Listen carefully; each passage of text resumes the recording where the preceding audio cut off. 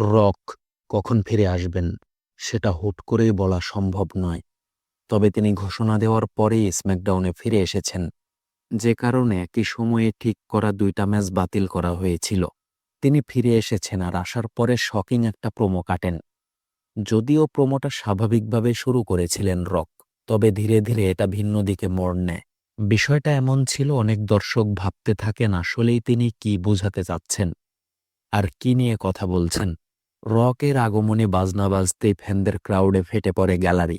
এরপর সচরাচর তার ক্যাচফ্রেজ শেষ করেই শুরু করেন শো। তবে ফ্যানরা এবার তার ডায়লগে ভাগ বসায়। তিনি প্রোমোর এক পর্যায়ে কডি রুডসকে ডেকে নেন। প্রথমে তিনি তাকে বলেন তিনি তাকে স্নেহ করেন আর চ্যাম্পিয়ন হিসেবে কডির প্রশংসা করেন। তিনি তাকে মনে করিয়ে দেন বিগত দিনে তার গল্পের কথা। তিনি কডিকে বলেন সে এখন যে অবস্থায় আছে এটা তার জন্য যথেষ্ট নয়।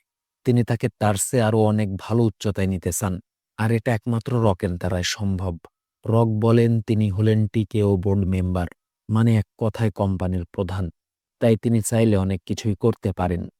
কডিকে তিনি অনেক উচ্চতায় নিয়ে যাবেন, একই সঙ্গে চ্যাম্পিয়ন হিসেবে তার এবং তাকে নিয়ে তার পরিবারের সবাইকে গর্বিত করবেন, এমনটা আশ্বাস দেন রক। কডি রককে জিজ্ঞাসা করে তিনি কি চান। তখন রক কডির ঘাড়ে থাকা চ্যাম্পিয়নশিপের দিকে ইঙ্গিত করেন। কডি বলে সবকিছু কি চ্যাম্পিয়নশিপকে ঘিরে? তখন রক বলেন না, আমি এটা নয়, আমি তোমাকে চাই।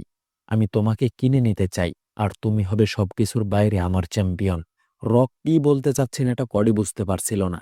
এই কারণেই প্রোমোর প্রথম থেকে তাকে দ্বিধাদ্বন্দ্বের মধ্যে দেখেছি আমরা, আর একই সঙ্গে বিষণ্ণতায় ভুগছিল।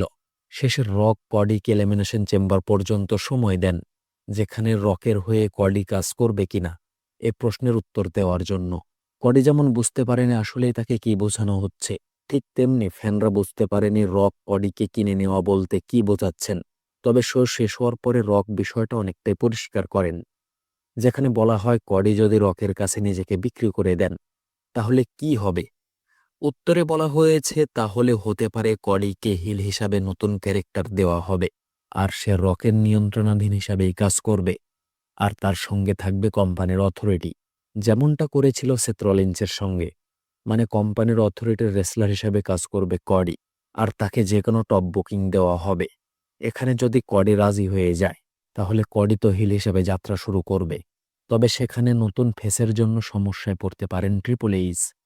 মানে কডি যদি হিল হিসাবে যাত্রা শুরু করে তাহলে সেখানে নতুন বেবি ফেস দরকার, আর এটাই হবে বড় রিস্ক। বলা হচ্ছে রোমান রেইন্সকে যদি টপ ফেস হিসাবে নিয়ে আসার প্ল্যান থাকে তাহলে এটা একটা কৌশল হতে পারে। আবার রকের এমন শর্তের মধ্যে লুকিয়ে থাকতে পারে নিজে হিল হিসাবে কডির ওপর টার্ন করা আর কডিকে প্রমোট করা।